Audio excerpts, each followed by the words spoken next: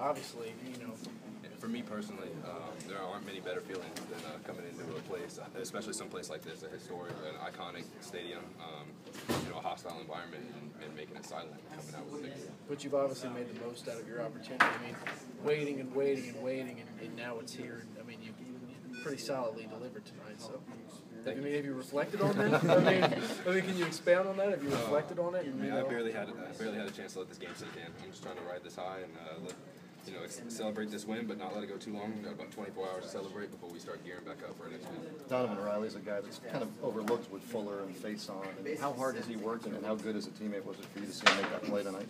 Oh, Riley works hard every day. I mean, all these guys come out every single day. Like Coach Foster says all the time, you never know. You're one play away from being the guy, so you prepare every single week.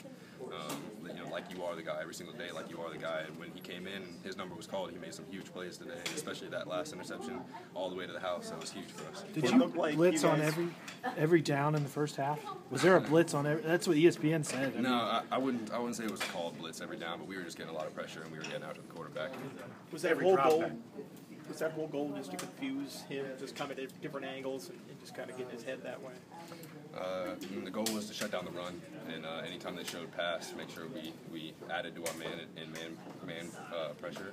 If he was protecting, we were running right at him to keep him in the pocket to try to block us. So all day long we got in the backfield and we were making it fearless. What peace of mind does that give you knowing you can do that when you got the corners you do on the edge that can handle some of these deep games? That's what allows us to do stuff like that. When we can man up all day long and they can play as well as they did today, it allows us to really pin our ears back up front and let that front seven go eat.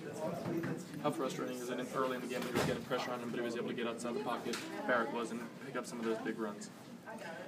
Yeah, that's frustrating a little bit, but that's just part of the game. You got a guy like that's such a great athlete. He can make plays with his feet, and it's hard to contain him all game long. We did a pretty solid job for the most part. He got a couple runs, and the main part is when you do get a hit on him, make him feel it.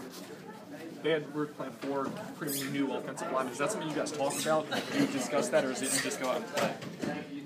Yeah, I mean, we know the scouting report, so we know who's back from